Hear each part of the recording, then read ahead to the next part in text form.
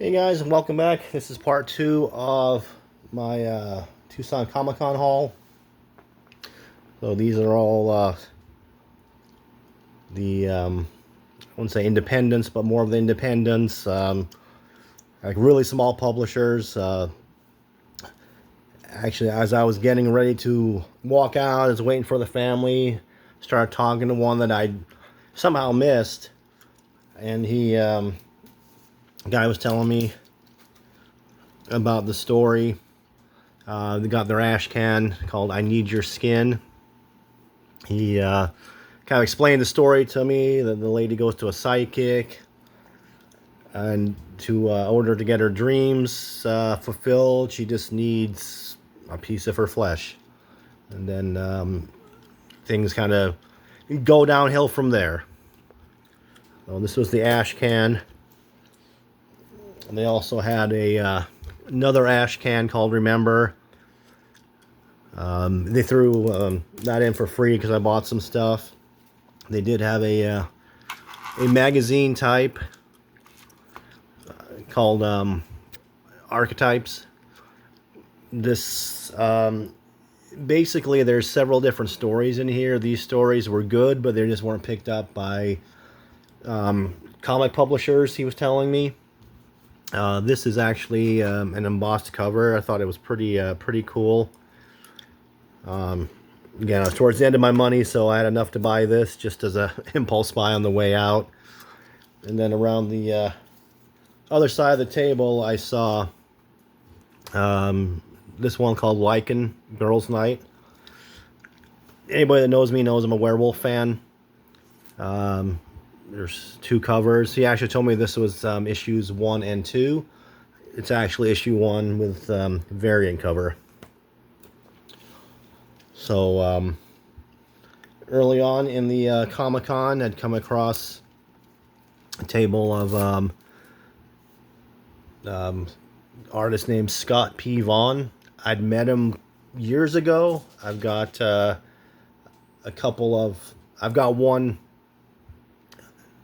sketch cover that they were selling for like charity reasons. It's Princess Leia and a towel holding a blaster. If you've seen some of my videos, you might have seen it. They were selling some original artwork too. Him and his partner. These two up here I bought from them. The Stranger Things and Cthulhu.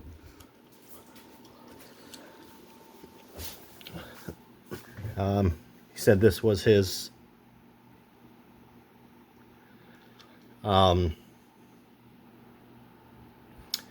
naughty cover, if you will. Sorry, I don't know who's calling me. So I figured I'd give it a try. And once again, there's things on it. This is actually issue 2. I thought I bought 2 and 3, but I did end up buying issue 1 and 2.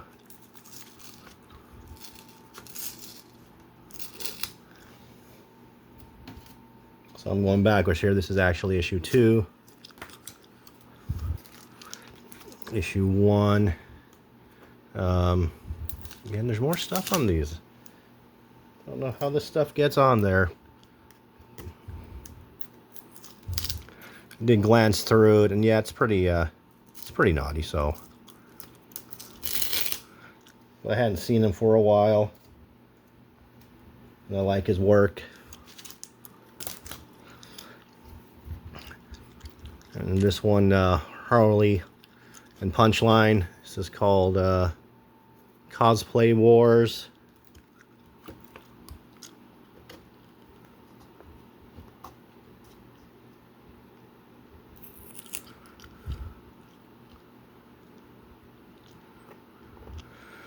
So yeah, it was pretty neat. I liked it better than the times I've gone to Fan Fusion in Phoenix here. It wasn't overly crowded. It wasn't super. It was big, but not to the point where you couldn't get it done in a day. It opened up at 2 o'clock. We got there and we got in by 2:30, and we were pretty much done by 5 o'clock, 5:36. Pharaoh's Lounge. There's a lot of local people from Phoenix down there too. I was chatting with them a bit, and they said that they actually preferred that one better than Fan Fusion. I did find a J. Scott Campbell Heroes Initiative benefit book cover. This has kind of been on my want list for a while. And then the found some Nathan Zerdy Vampirella.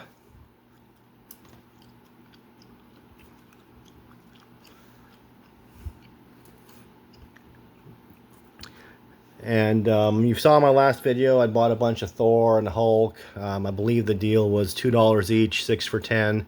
I had one, I was one short, so I just kind of reached into the Vampirella section, pulled this out. I thought, hey, cool cover. I believe it's J. Scott Campbell. I get it home. It's actually not a comic. It is a giant ass trading card, which I've never really seen before. It's actually pretty neat in my opinion. Not what I was expecting.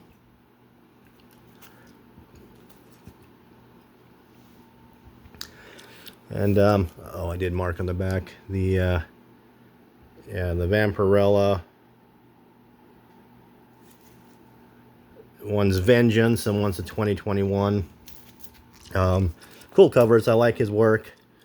May have to buy another folder to put them in. And of course the local comic, Coffin Comics, based out of Mesa, Arizona, was there. Again, I gave up buying Amazing Spider-Man 300, so I went ahead and bought some of the exclusives from them. This supposedly was made for the Tucson Comicon, and the artist, I think it's, I want to say Mendoza, I'm probably wrong, but he was in the booth next door, but unfortunately he was busy, so I was not able to have him sign that. Or Brian Polito, because he was not at the booth at that time.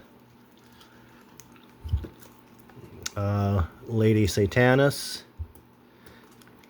This was not the convention exclusive, but these are chase covers.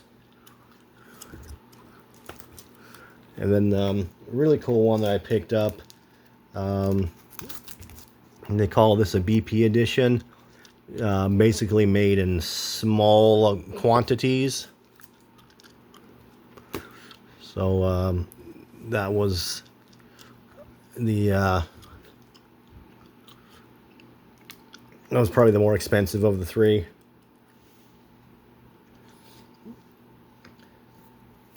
And I'd gone down because I've become a fan of Marissa Pope.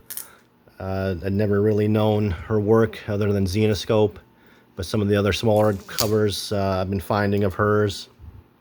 So she actually was there with Mike DeBalfo, who I've gotten his work over the years as well. They were actually in the booth together. Asked if she would sign anything. You know, she charged. So I said never mind, but I still picked up a couple of covers here. So yeah, I believe this is from there's Mad Love, Mad Goblin, or Playtime from Goblin Collectibles. This is Cryptic Cuties. Again, real nice. I don't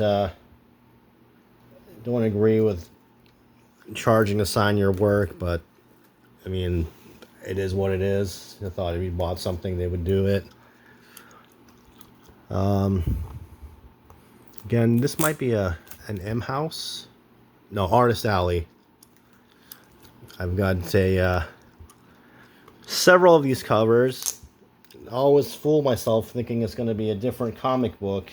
It's the same comic book, just with a bunch of different covers. So, it's the Jason Voorhees cover. and probably one of the better pickups I had. I'd been to a artist booth. He had a bunch of sketch covers he was selling. Again, real reasonable, $50. You can't complain. I did see his Spider-Man 300. His was probably the cheaper of all of them, but